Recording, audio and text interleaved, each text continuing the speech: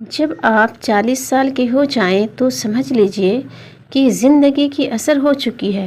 اپنے اخلاق، کردار اور آخرت کی طرف توجہ دیجئے، کیونکہ اثر اور مغرب میں زیادہ تاخیر نہیں ہوا کرتی۔ سب سے زیادہ جاہل وہ ہے جو گناہ سے باخبر ہوتے ہوئے بھی گناہ کرے۔ جسے دنیا کی 3 چیزیں دی گئیں اسے ساری دنیا دے دی گئی: سلامتی، رزق، صحت۔ میرے بھائیوں، دنیا سے بچو، یہ ہاروت ماروت سے بھی بڑھ کر جادوگر ہے۔ ہاروت ماروت تو میاں بیوی میں جدائی ڈالتے تھے، یہ دنیا اللہ اور بندے کے درمیان جدائی ڈالتی۔ لوگ لباس دیکھنے میں اتنے مصروف ہیں کہ اخلاق دیکھنے کا وقت ہی نہیں ہے۔ لباس جسم کا اور سوچ روح کا پہناوا ہوتی ہے، لہٰذا دونوں کو صاف اور عمدہ رکھیں۔ انسان کا زوال اس وقت شروع ہوتا ہے جب وہ یہ سمجھنے لگتا ہے کہ میری وجہ سے دوسروں کو رزق مل رہا ہے۔ اللہ کی یاد دلانے والی آفت اس نعمت سے بہت بہتر ہے جو اللہ کی یاد سے غافل کر دیتی ہے۔ گناہوں کی سزائیں ہیں، خفیہ کی خفیہ اور ظاہری کی ظاہری۔ وقت رسوا نہ کر سکا اس کو جس نے خود اپنا احترام کیا۔ خواہشات کو جنون نہ بنائیں، زندگی میں بہت کچھ ہمارے لیے نہیں ہوتا۔ زندگی میں بادشاہی پیسوں سے نہیں بلکہ باپ کے سائے سے ملتی ہے۔ باپ دنیا کی وہ بہترین ہستی ہے جس کی دسترخوان پر موجودگی اور کمرے کے باہر اتارے ہوئے جوتے بھی تحفظ کا احساس دلاتے ہیں۔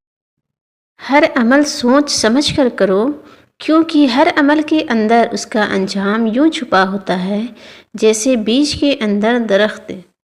تمہارا رب اس نوجوان سے خوش ہوتا ہے جو حرام خواہشات کی طرف مائل نہ ہو۔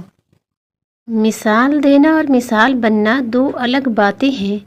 مثال دینا آسان ہوتا ہے اور مثال بننا مشکل ہوتا ہے۔ اس چیز کا غم نہ کریں کہ آپ نے غلط انسان پر محبت ظاہر کر دی ہے، کیونکہ اللہ تعالیٰ وہی محبت آپ کو صحیح انسان کے ذریعے واپس۔ وہ شخص کامیاب نہیں ہو پاتا جس میں ناکامی کا خوف کامیابی کی چاہت سے زیادہ ہو۔ علم سیکھنے سے آتا ہے اور تحمل اپنانے سے حاصل ہوتا ہے۔ انسان کا سب سے بہترین دوست اللہ ہے، بہت جلدی مان جاتا ہے، پرانی باتیں یاد نہیں کرواتا، کبھی مایوس نہیں لوٹاتا اپنے در سے۔ برائی ڈھونڈنے کا شوق ہے تو آئینے کا استعمال کیجیے، دوربین کا نہیں۔ سو تم مجھے یاد کیا کرو، میں تمہیں یاد کیا کروں گا، اور میرا احسان مانتے رہنا اور ناشکری نہ کرنا۔ کسی کی وحشت اور تنہائی دور کرنا بھی نیکی ہے۔ نبی صلی اللہ علیہ وسلم نے فرمایا، کبھی نیکی کے کرنے کو معمولی نہ سمجھنا، خواہ تم کسی اداس آدمی کو جو تنہائی اور خوف محسوس کرے اپنے ذریعے ان سے اور اپنائیت مہیا کرو۔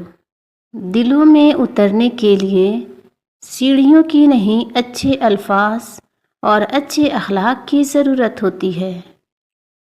جب زندگی تمہیں بے ترتیب کر کے رکھ دیتی ہے تب اللہ خود تمہیں دعاؤں کو ترتیب دینے کا ہنر سکھا دیتا ہے۔ افسوس اس وقت بڑھ جاتا ہے جب لڑکی والوں کو وہ چیزیں بھی بیٹی کو جہیز میں دینے کے لیے خریدتے دیکھتا ہوں جو خود ان کے گھر میں بھی نہیں ہوتی۔ جب چن لیا جائے تو چہرہ معنی نہیں رکھتا، ماضی نہیں پوچھا جاتا، کردار پر تبصرے نہیں کیے جاتے، فقط محبت کی جاتی ہے۔ کوشش کرنے سے بھی کچھ حاصل نہ ہو تو خاموش رہ کر سب کچھ اللہ پہ چھوڑ دیجیے، اللہ بہترین تدبیر کرنے والا ہے۔ مشکل وقت ایک ایسا فلٹر ہے جو آپ کی زندگی کو منافق، لالچی اور مکار لوگوں سے پاک کر دیتا ہے۔